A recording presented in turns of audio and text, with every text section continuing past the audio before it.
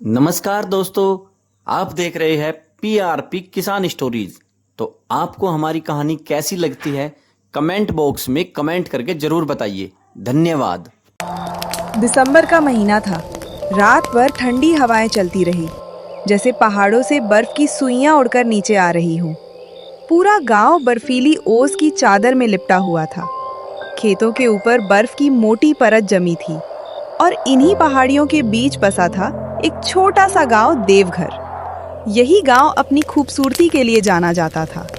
सवेरे की हल्की धूप, दूर तक फैला सफेद कोहरा और पहाड़ों पर चमकती बर्फ, सब मिलकर इसे किसी तस्वीर जैसा बना देते थे। पर इस सुंदरता के पीछे छिपी थी एक सच्चाई। यहाँ के लोग गरीबी और संघर्ष से जूझ रहे थे। ठंड जितनी खूबसूरत दिखती थी, उतनी ही बेरहम थी इनके लिए। अरे मोहन, धर्मपाल जी ने आज बुलाया है ना? चलो, मैं तो भूल ही गया था यार। अच्छा सुन, क्या लगता है किस लिए बुला रहे होंगे धर्मपाल जी? कई दिनों से उन्हें किसी काम की चिंता भी नहीं थी और आज अचानक सुबह सुबह बुलावा भेज दिया। कुछ तो जरूर बात होगी भाई, वरना ऐसे ठंड में कौन बुलाता है। हाँ जतिन, मुझे याद है, पर सच बताऊं, आग के पास से उठने का मन ही नहीं कर रहा। आज तो ठंड कुछ ज़्यादा ही बढ़ गई है। हवा ऐसी लग रही है जैसे सीधे हड्डियों तक उतर रही हो। बस सोच रहा था थोड़ा और हाथ सेंक लूं, फिर चलेंगे। दोनों के मुंह से निकली हर सांस धुएं की तरह उड़ रही थी। सामने जलती आग में लकड़ियां छटक रही थी और बाहर पहाड़ों पर बर्फ की पहली परत जम चुकी थी। अच्छा सुन, क्या लगता है किस लिए बुला रहे होंगे धर्मपाल जी? अब पता नहीं भाई, चलो वहां चल के ही पता चलेगा। दोनों दोस्त बर्फ से ढकी पगडंडी पर धीरे धीरे कदम बढ़ाते रहे। ठंडी हवा उनके चेहरे पर चुभ रही थी, पर दिल में एक जिज्ञासा थी। आखिर धर्मपाल जी ने आज बुलाया क्यों था? जी सेठ जी, आपने बुलाया था? हाँ देखो जतिन, अब ठंडियां बढ़ती ही जा रही हैं। हर दिन तापमान नीचे जा रहा है, हाथ सुन्न हो जाते हैं, काम करने लायक हालत ही नहीं बचती। ऐसे में खेतों में या किसी भी काम में फायदा नहीं होने वाला। इसलिए तुम लोग भी कल से काम पर आना बंद कर दो। तुम्हारी मेहनत तो लगेगी, पर न काम पूरा होगा न कमाई ही हो पाएगी। और मैं भी पूरी ठंड में शहर जा रहा हूँ। यहीं रुककर तो कुछ हो नहीं सकता। इस मौसम में गांव में काम ठप ही हो जाता है। सेठ जी, आप ही का तो सहारा है, ऐसा मत बोलिए। अगर आप ही हाथ पीछे खींच लेंगे तो हम गरीबों का क्या होगा फिर? इस ठंड में काम न मिला तो घर कैसे चलेगा? बच्चों को क्या खिलाएंगे? हम सच में बहुत मुश्किल में पड़ जाएंगे सेठ जी। सेठ धर्मपाल चुप रहे। उनके चेहरे पर कोई जवाब नहीं था। आग की लौ में झलक रहा था दो गरीब मजदूरों का टूटा हुआ सहारा। दोनों अपने उदास चेहरे लिए ठंड में कांपते हुए घर की ओर चल पड़े। रास्ता सुनसान था, बस हवा की सरसराहट और उनके कदमों की चरमराहट सुनाई दे रही थी। जतिन, तुम्हारे तो माँ और बहन है, घर में फिर भी कोई न कोई संभाल लेगा। लेकिन मेरी तो पत्नी और दो छोटे बच्चे हैं, उन्हें मैं क्या खिलाऊंगा अब? हर दिन ठंड बढ़ रही है और काम भी छिन गया। हे भगवान, हमारी रक्षा करना। हम गरीबों का कोई और सहारा नहीं है। अगर ऊपर वाले ने साथ ना दिया तो हम कैसे जिंदा रहेंगे जतिन?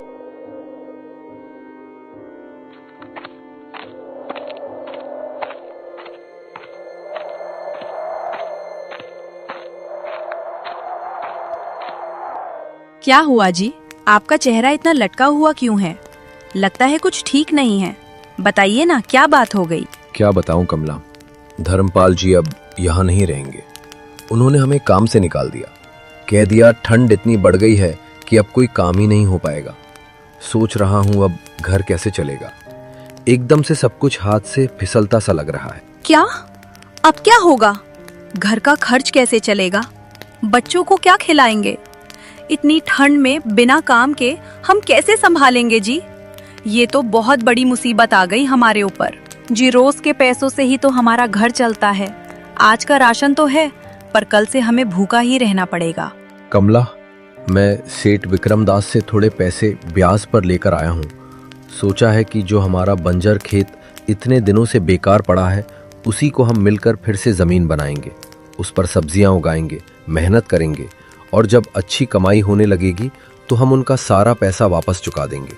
मुझे यकीन है कमला, अगर हम दोनों साथ खड़े रहें तो हमारी किस्मत जरूर बदलेगी। क्या आप उनसे पैसा क्यों लाए? जी, उनसे उधार लेना मतलब अपनी मौत को दावत देना है। तो और क्या करता कमला, हालात ही ऐसे थे। घर में खाने को एक दाना तक नहीं बचा था। अगर मैं पैसे ना लाता तो हम लोग भूख से ही मर जाते। मजबूरी में ही ये कदम उठाना पड़ा है, वरना कौन चाहता है किसी का उधार लेना। थोड़ी देर तक दोनों चुप बैठे रहे। झोपड़ी में बस चूल्हे में जलती लकड़ियों की टिक टिक और चकचट की आवाज गूंज रही थी। मोहन की बातों में बेबसी थी, पर कमला की आंखों में डर साफ झलक रहा था, क्योंकि सेठ विक्रमदास का नाम सुनते ही पूरे गांव में सन्नाटा छा जाता था।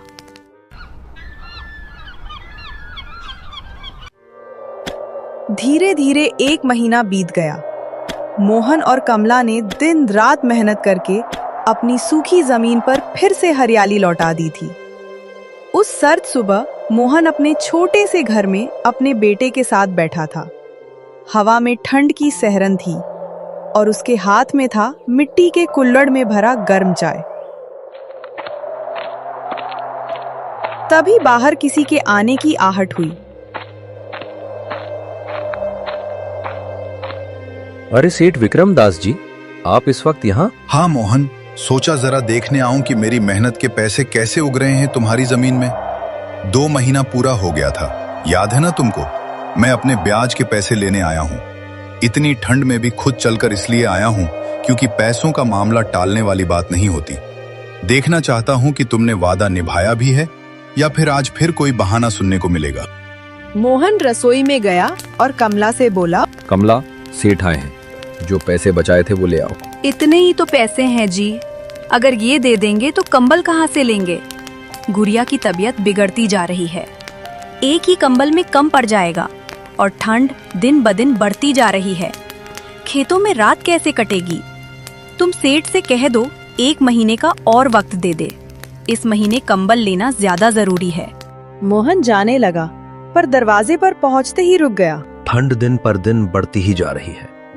रातें अब इतनी सर्द हो गई हैं कि बिना कंबल के गुजारना मुश्किल लगता है।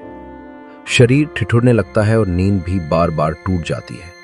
ऐसे में कंबल लेना जरूरी तो है, लेकिन परेशानी ये है कि ये सेठ बिना पैसे लिए मानने वाला नहीं है। अगर जरा सी भी बहस हो गई या बात बिगड़ गई तो वो कंबल देने के बजाय शायद पूरे पैसे की ही जिद पर अड़ जाएगा। मजबूरी ऐसी है कि न ठंड से बच पा रहे हैं, न हालात से लड़ने की हिम्मत जुटा पा रहे हैं। कुछ देर सोचने के बाद मोहन ने गहरी सांस ली, फिर वापस रसोई में आया। कमला, वो पैसे ले आओ, नहीं तो सेठ मानेंगे नहीं। जब पैसे लेने आए हैं तो खाली हाथ वापस जाने वाले नहीं हैं। अभी बहस करने से कोई फायदा भी नहीं। सब्जियां लगभग तैयार हो गई हैं, उन्हें बेचकर ही मैं कंबल का इंतजाम कर लूंगा, ताकि इस बढ़ती ठंड में रातें किसी तरह कट सके। बस थोड़े दिन और सहना होगा। भगवान ने चाहा तो हालात भी जल्द ही बदल जाएंगे। अच्छा, तो सब्जियां बेचकर कंबल का इंतजाम करोगे तो खाओगे क्या जी? उसके लिए पैसे नहीं चाहिए क्या? मैं कह रही हूँ, ये खेती छोड़ दो और कोई दूसरा काम ढूंढो। सब्जियां बेचोगे तो इन्हें पैसे दोगे, हर महीने ब्याज चुकाओगे तो हम क्या भूखे रह जाएंगे? मोहन का दिल बैठ गया। वो जानता था कि कमला की बात सच है, लेकिन इस कड़कती ठंड में वो करे भी तो क्या? गांव में कोई उसे काम पर रखने को तैयार नहीं था। खेती से जो थोड़ी बहुत उम्मीद थी, वो भी कर्ज और महंगाई में दबकर रह गई थी। तभी बाहर से अचानक तेज और भारी आवाज आई, जिसे सुनकर मोहन चौंक गया और कमला भी घबराकर बाहर की ओर देखने लगी। अरे मोहन, तू पैसे देगा या नहीं?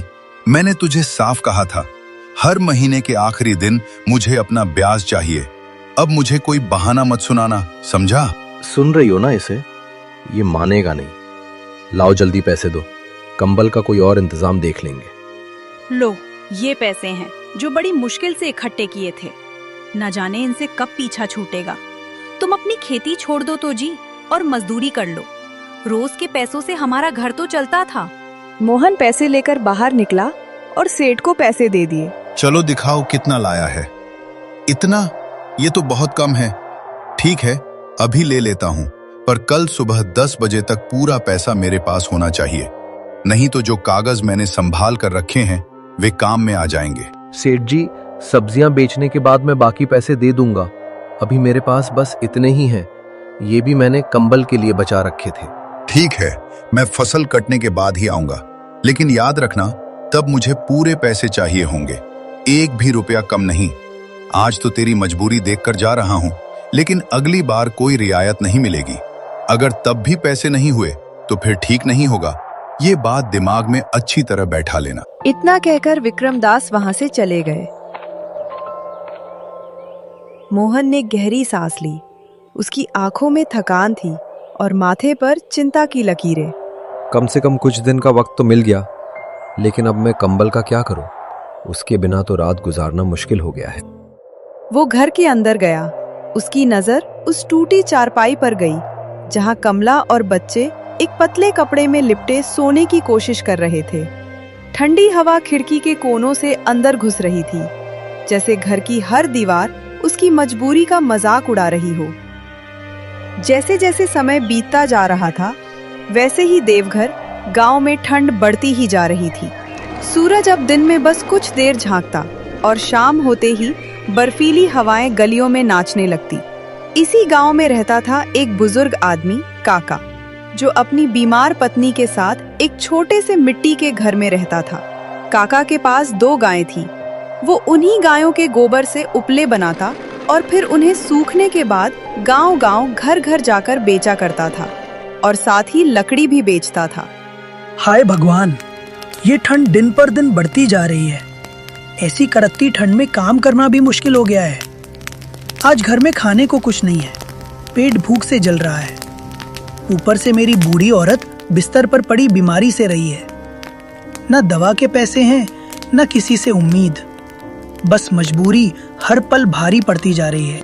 ठंड से ठिठुरते हुए काका सिर पर उपलों की टोकरी और लकड़ी उठाए गांव तक पहुंच गए थे।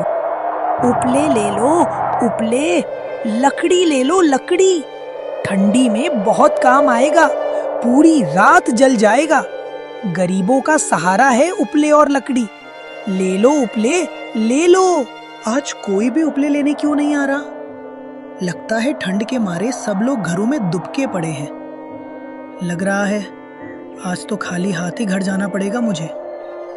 लेकिन वहां मेरी भूखी पत्नी मेरा इंतजार कर रही है। अरे काका रुकिए, अपने भारी भरकम उपले मुझे भी दे दीजिए। हे भगवान, बाहर बहुत ठंड है, काका जरा जल्दी करिए ना। हाँ हाँ बेटी, अभी देता हूँ। लो, ये लो अपने उपले। काका पैसे कल ले लेना, अभी तो मेरे पास खुले पैसे नहीं है। बेटी, घर में अनाज का एक दाना भी नहीं बचा है। अगर तुम्हारे पास पैसे नहीं है तो पैसे के बदले थोड़ा अनाज ही दे दो। काका ये लीजिए थोड़ा चावल। ठीक है बेटी, ला यही दे दे।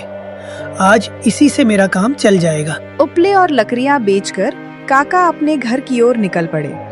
रास्ते में ठंडी हवा की लहरें तेज होती जा रही थी, सांसें जैसे जम सी रही थी और काका हर कदम पर ठिठुरते हुए आगे बढ़ रहे थे।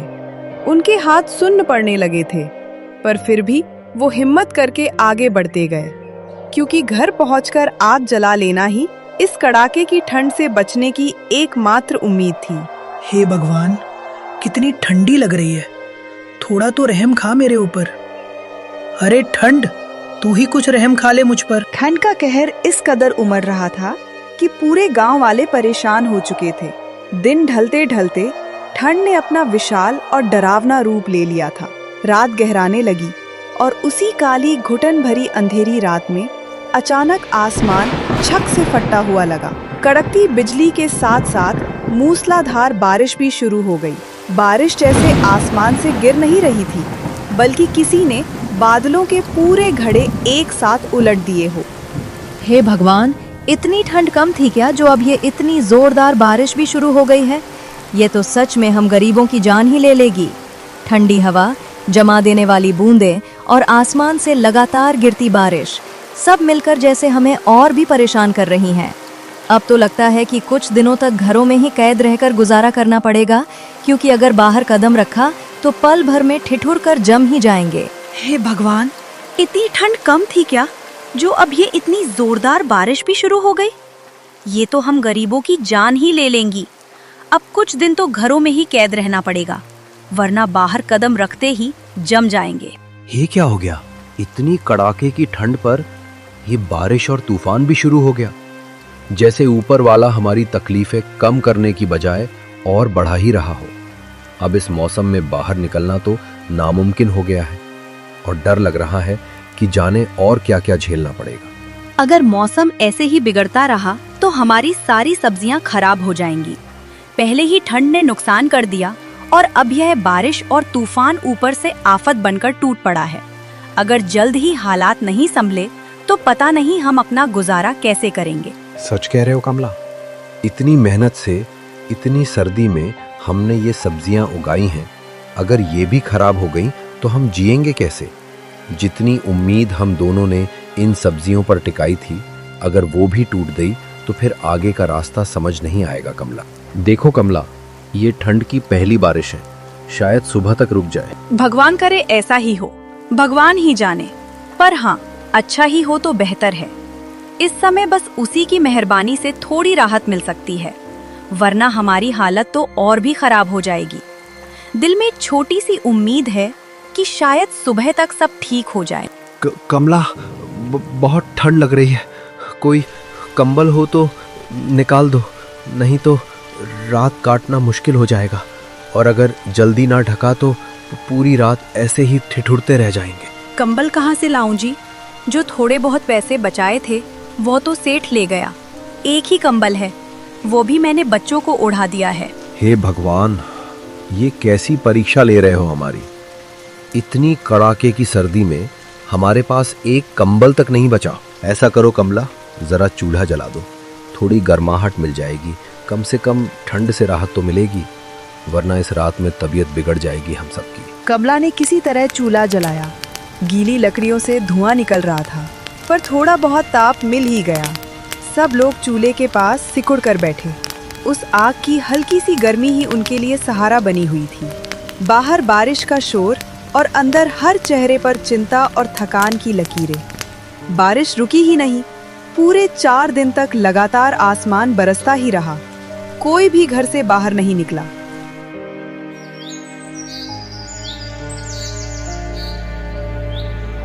चौथे दिन सुबह जब पहली बारिश थमी तो गांव के लोग धीरे धीरे अपने खेतों की ओर जाने लगे। हर कोई डर रहा था। मोहन भी अपने खेत में पहुंचा। हे राम, ये हमारे साथ क्या हो गया? यही फसल तो हमारा आखिरी सहारा थी। मेहनत, दिन रात की सारी लगन 4 दिन की बेरहम बारिश ने एक पल में मिट्टी में मिला दी। अब ये उजड़ा हुआ खेत देखकर दिल कांप रहा है। ऊपर से सेठ भी कल पैसा मांगने आएगा, पता नहीं कैसे निभेगा ये सब। हे भगवान, इस कड़ाके की ठंड में हमारी रक्षा करना और हमें हिम्मत देना। कमला, सब खत्म हो गया, फसल पूरी तरह बर्बाद हो गई है। सुबह से शाम तक बस इसी उम्मीद में लगा था कि शायद कुछ बच जाएगा, लेकिन अब कुछ भी नहीं बचा। समझ नहीं आ रहा हम आगे कैसे संभालेंगे कमला। मोहन ने पूरा किस्सा बताया, कैसे पानी में फसल गल गई, कैसे खेत में खड़े पौधे मिट्टी में मिल गए और कैसे अब सेठ विक्रमदास के पैसे चुकाने का कोई रास्ता नहीं बचा। मैंने कहा था ना जी, उस सेठ को पैसे मत दीजिए।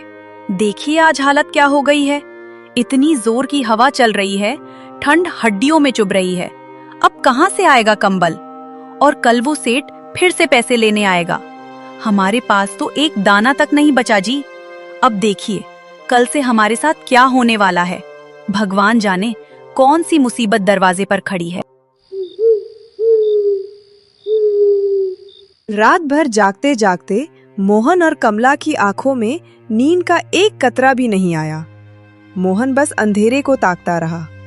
उसे पता था कि सुबह एक तूफान उनके दरवाजे पर दस्तक देगा।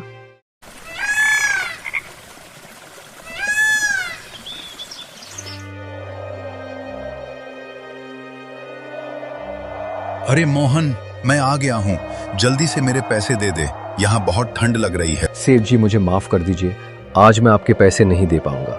पूरी फसल बारिश में बर्बाद हो गई है, खेत पानी में डूब चुका है। मैं हाथ जोड़कर कहता हूँ, कृपया मुझे थोड़ा समय दे दीजिए, मैं कोई और काम ढूंढ लूंगा, पर सबसे पहले आपके पैसे चुका दूं। मुझे कोई बहाना नहीं चाहिए मोहन, बस पैसे चाहिए अभी के अभी। और अगर नहीं दे सकता तो सुन ले, आज से ये घर और तेरा खेत दोनों मेरे हुए। जब पैसे ले आएगा तब वापस ले लेना। थोड़ा तो रहम खाइए सेठ जी, यही छोटा सा घर मेरा पूरा आशियाना है, यही मेरी पत्नी रहती है, यही मेरे छोटे छोटे बच्चे पले बढ़ रहे हैं। इतनी कड़ाके की ठंड में मैं उन्हें लेकर आखिर कहाँ जाऊं? बाहर की ठंडी हवाएं तो हड्डियां चीर देती हैं और अंदर यही एक छत है जो हमें संभाले हुए है। कृपया हमें यहां से मत हटाइए सेठ जी, हमारा और कहीं कोई ठिकाना नहीं है। मुझे अब और कुछ नहीं सुनना मोहन, मैंने अपना फैसला कर लिया है। अभी इसी वक्त अपनी बीवी और बच्चों को लेकर इस घर से निकल जाओ। हालात जैसा भी हो मुझे इसकी परवाह नहीं है। जब तुम्हारे पास पैसे हों, जब तुम सब संभाल लो, तभी वापस इस दहलीज पर कदम रखना। अभी के लिए बस चुपचाप घर छोड़ दो। ये सुनते ही मोहन की आंखों के सामने अंधेरा सा छा गया, लेकिन सेठ विक्रमदास के चेहरे पर जरा भी रहम नहीं था। कुछ ही मिनटों में कमला, मोहन और उनके 2 छोटे बच्चे उस जमा देने वाली ठंड में घर से बेघर कर दिए गए। बाहर हवा ऐसे चल रही थी जैसे कोई नुकीली चीज चुभ रही हो। आसमान काला था और सूरज कहीं दिखाई ही नहीं दे रहा था। मोहन, बहुत ठंड लग रही है। इस साड़ी में कितनी भी ताकत हो, इतना सर्द मौसम कैसे झेलूं? मुझे तो ऐसा लग रहा है जैसे आज हमारा आखिरी दिन हो। नहीं कमला, ऐसा मत बोलो। कहीं ना कोई जगह जरूर मिलेगी जहां हम आज की रात गुजार सकें। बस हिम्मत मत हारो कमला, अगर तुम टूट जाओगी तो बच्चे भी घबरा जाएंगे। देखो मैं हूं ना तुम्हारे साथ। जब तक मेरा सांस चलेगा मैं तुम्हें और हमारे बच्चों को ठंड में यूं तड़पने नहीं दूंगा। थोड़ा सा भरोसा रखो, हम मिलकर इस रात को भी काट लेंगे। कुछ दूरी तक लड़खड़ाते हुए चलते चलते गांव के किनारे अचानक उन्हें एक पुरानी सी झोपड़ी दिखाई दी। ठंड और थकान से टूट चुके थे वो लोग। धीरे से उस झोपड़ी में चले गए। लगता है यहाँ अभी कोई नहीं है। चलो, जब तक इस झोपड़ी का मालिक नहीं आता हम लोग यही रुक लेते हैं। जब वो आएगा हम उसे सारी बात बता देंगे, शायद वो हमारी मजबूरी समझ जाए। यूं ही सोचते सोचते सब थक चुके थे, इसलिए आखिरकार वही पास की पुरानी झोपड़ी में ठहर जाने का फैसला किया। कमला ने कांपते हाथों से आसपास पड़ी सूखी लकड़ियां इकट्ठी की और बड़ी मुश्किल से आग जलाई ताकि ठिठुरती रात में सबको थोड़ी सी गर्माहट मिल सके। आग की हल्की लौ में सबके चेहरे पर एक क्षण के लिए सुकून दिखा, मानो उस पल ने उनकी सारी बेचैनी थोड़ी देर के लिए थाम ली हो। अच्छा हुआ, थोड़ा सुकून मिला। इतनी ठंड में भटक भटक कर हालत खराब हो गई थी। हाँ, लेकिन पता नहीं ये झोपड़ी किसकी है। मालिक आएंगे तो ना जाने क्या कहेंगे। इतनी तेज सर्दी में अगर यहाँ से भी जाना पड़ा, हम जाएंगे कहाँ? सब लोग आग के पास बैठे ही थे कि तभी झोपड़ी का दरवाजा चरमराया और काका अंदर आ गए। ये घर उन्हीं का था। अरे बेटा, तुम लोग कौन हो और इस कड़ाके की ठंड में यहाँ क्या कर रहे हो? देखो, बाहर की हवा तो जान ही निकाल दे रही है। इतने छोटे छोटे बच्चे लेकर यहाँ कैसे टिके हुए हो? कुछ मदद चाहिए हो तो बेझिझक बताना बेटा। यूं ठिठुरते हुए देखकर मन घबरा जाता है। फिर मोहन ने धीरे धीरे पूरे हादसे की बात काका को बता दी। कैसे फसल बर्बाद हुई, कैसे सेठ ने घर और खेत छीन लिया और कैसे वह सब ठंड में भटकते फिर रहे थे। हे भगवान, कैसा निर्दयी आदमी है वो सेठ। बेटा चिंता मत करो, जिसने तुम्हारे साथ ऐसा किया है ऊपर वाला उसके साथ भी वैसा ही करेगा। तुम सब बेफिक्र रहो, जितने दिन चाहो यहाँ रह सकते हो। मेरा तो कोई बेटा बेटी भी नहीं है। गरीब का दर्द मैं अच्छे से समझता हूँ। कोई बात नहीं काका, अब चिंता मत कीजिए, हम सब यहाँ हैं ना। जैसे आपने हमारे बारे में सोचा, अब हम भी आपका पूरा ध्यान रखेंगे। चाहे जितनी ठंड हो या हालात कैसे भी हों, हम आपको अकेला नहीं छोड़ेंगे। कई दिन ऐसे ही गुजर जाते हैं। धीरे धीरे अब सूरज भी अच्छे से निकलने लगा था। गांव वाले अपने अपने घरों के बाहर बैठकर धूप सेकने लगे थे।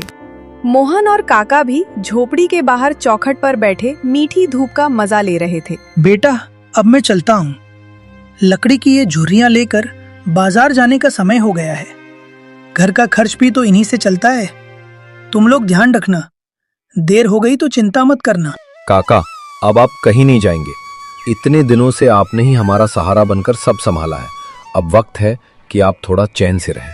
आज से जंगल की लकड़ियां और झुर्रियां भरी सूखी टहनियां मैं ही काट काट कर बेचूंगा। आप बस आराम कीजिए काका, बाकी सब मैं संभाल लूंगा।